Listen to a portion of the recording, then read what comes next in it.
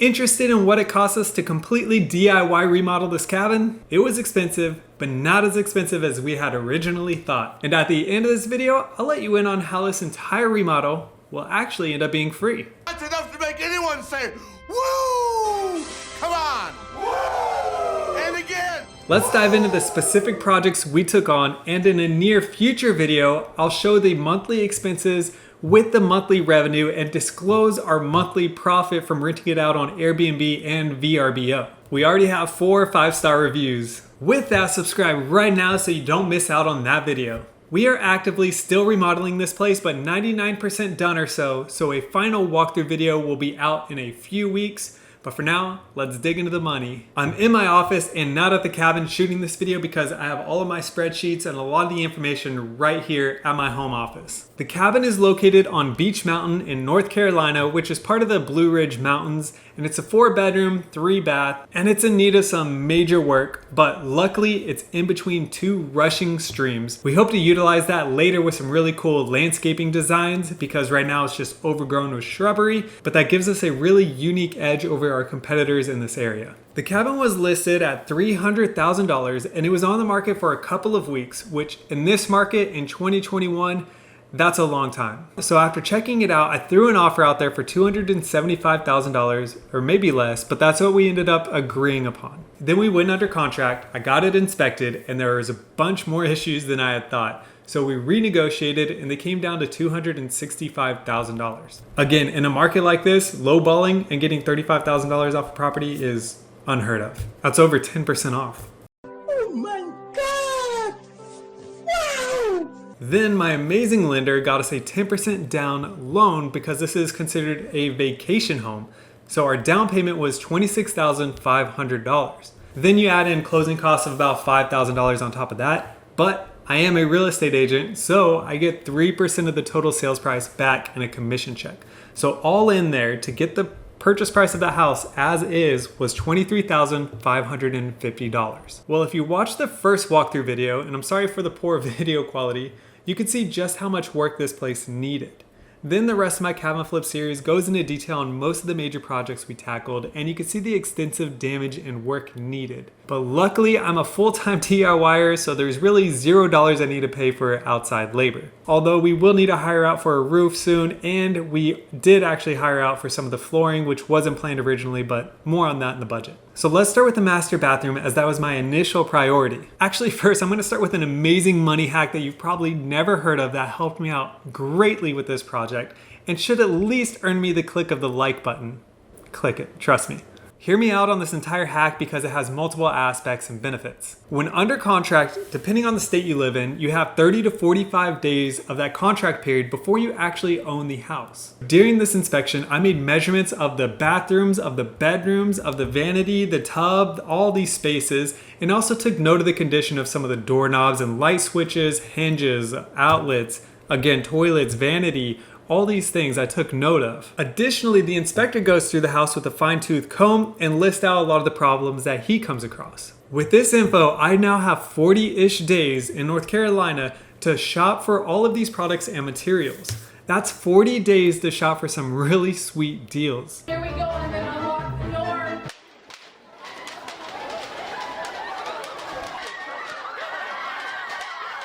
That's only part 1 of this hack, and no secret, people have done this before. The real hack is to add everything that you need to a list on Amazon, and hear me out. Yes, this does help you with organization where you have everything that you need on one list, but it also helps you price shop in 2 different ways. Over the course of the next 40 days, I went to places like Lowe's, Home Depot, furniture stores, Goodwill, and I price shopped all of those products in store with the prices that were on Amazon. I would then note the price difference on the list, and if it was lower in the store, I would most likely buy it. If it was lower on Amazon, I would note it, but I wouldn't buy it yet. That's only part 2 out of 3 of this hack, and it's free and easy to do because I'm already going to those stores anyway. In fact, I go to Lowe's so often, I came across a little bathroom deal, which I'll go more into later with our downstairs bathroom, but we got an entire tub surround with the tub and the surround for $170 on clearance. Should have been closer to like $400 at least. But part 3 of the hack, and the really cool part, is that all of those products that you have listed will fluctuate in pricing on Amazon over the course of those 40 days. Many times as much as 50% off from the price when you first added it.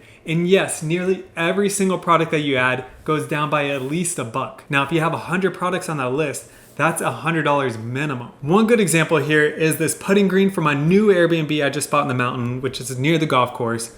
Normally it's $80, and you can see from my order history here that I got it for $43.07 by just waiting. I don't need it right away, so I saved $40 by just chilling and thinking ahead. Another good example is this Moen shower valve here. It was normally $111 and it is now $91.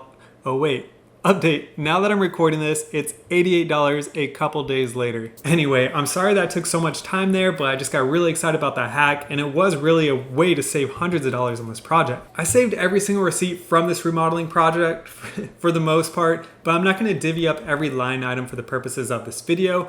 Rather, I'm gonna give you even more conservative numbers by giving you the actual bank or the credit card statement totals. So some of these may include things that I bought for my own personal home or things like energy drinks and stuff like that, but they all did come from the same time period and from the same home improvement stores. So most of this, 99% of it, will be for the budget of this remodel. And some of these purchases are for tools that'll be used across multiple projects. For instance, a new electric drill isn't going to be used for just this house, but rather several houses down the road. But again, let's go with the full statements. From one store, we spent $11,331, and this includes most of the construction materials and the tools and part of the one part that we did actually hire out, the carpet and much of the luxury vinyl plank. Then I know I spent $400 on a new DeWalt package where it came with a couple electric drills and multi-tools and stuff like that. But again, that is going to be used across, again, I'm using it already on my next project, so it will be divvied out more, but let's say $400. And that came from a second home improvement store, along with a $500 vanity. So let's throw some taxes in there for $1,000 total. Now the real tricky part to determine is the Amazon expenses, because I do shop a lot on Amazon for my personal use as well. But I can still see line item in there, and I did break this out. So we do have about $2,500 of furnishings and decor, especially for that main living room. I did make our own headboards. I made nightstands and some other decorations in this house. And this house did come pretty furnished, although we threw most of that junk out, but it did have beds and stuff like that. Then consider another $4,000 or so in combination of furnishings with other tools and materials like bathroom hardware, work pants, and a ton of miscellaneous stuff, little succulents, and more decor. The total there is about $18,800, but let's break that out by the actual projects themselves, and we'll again start with the master bathroom. The master here was about $2,500, and I made a tutorial of the shower pan installation video, which has already generated $1,000 of that back in ad revenue, but let's keep the $2,500 for normalcy purposes because you're probably not creating YouTube videos out there. A new toilet with hose and new plumbing is about $175. The new subfloor and sheetrock to close this whole place back up after I demoed it was about $130. And this whole shower setup here with tile, pan, door, etc. was about $1,300. The floor is $200 max because I installed it myself. A vanity and faucet about $600. The electrical and plumbing $150. And then chalk up the rest of the expenses to paint and some decor. Now, the guest bathroom was essentially the same. It was $2,200. We saved money on the vanity, but the full glass door added up to be more. But again, it's basically the same numbers as the master because we replicated many of the materials. The difference is our vanity was about $300 less, but the shower door was $100 more, and we needed less sheetrock and stuff. And the downstairs bathroom is where the price gets crazy, and I'm not making this up. The downstairs bathroom was $900. We reused the toilet here, and it came from the upstairs master but moved it down here. But it was the newest toilet when we bought this house. And then we got a sweet deal on this round for $170, which is normally like a $400 setup. So Lowe's had a few returns in their bathroom section, so we loaded up and took advantage of it. Not only did we get that shower set up, but the vanity with faucet was only $80 on clearance. And you know I'm not faking this because this is a brushed nickel faucet. When the rest of the house is matte black, we couldn't pass that up. And the rest of the budget went to the $200 double pane Pella window, the DIY shiplap made from $20 plywood, paint, electrical, and shower hardware, and everything else. Now the 4 bedrooms cost only the amount of paint and decor. I made the headboard and nightstands myself, and carpet install will be mentioned a little bit later.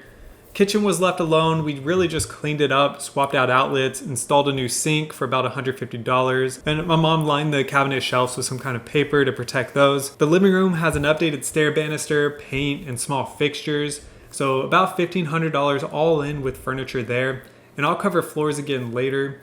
Again, I don't really have final shots of this place quite yet. I do have pictures, but not video, because we haven't done a final walkthrough yet. It's currently being rented out. Stay tuned though. The downstairs bedrooms took about $1,000 for sheetrock, $100 for recessed lights, $500 for windows and trim boards, and then some minor outside work right now adds up to maybe $350 or so. I patched up the chimney myself for about $100 after getting a $4,000 quote.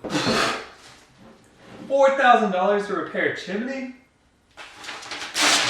Then the carpet and the luxury vinyl plank we did end up hiring out for most of the places here, which they originally quoted us at $10,000 for this place, which included the stairs.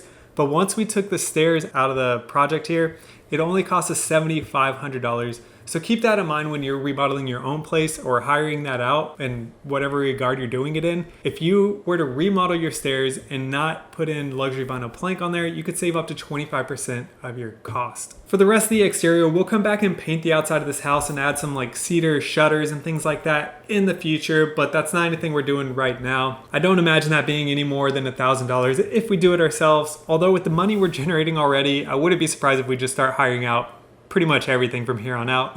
What else is there? So the beds were all included in the sale of this property and stuff. So along with the dining table and the armoire, but that's basically it. A few bucks here and there for gas and food, and miscellaneous stuff could be chalked up to another $1,000. That puts us at $17,800 when we break it out, but our statements reflected that $18,831. So there's another $1,000 somewhere in there that I miscalculated or, went somewhere else. And again, some of those credit card statements do include things that we might have done with our personal house, but they'd be very small things. But then there's holding cost. Mortgage payments don't start until the first day of the second month, at least here in North Carolina. So we bought this house in the middle of November, so our first mortgage payment wasn't until January 1st. Then we started renting this place out in April, so that's 4 months of holding costs there with no income. Holding costs were about $1,050 per month, so if you multiply that by 4, that's $4,200 of holding costs. Then you have your insurance, taxes, and utilities, which are about $500 a month during this time. It was winter, so electric was really expensive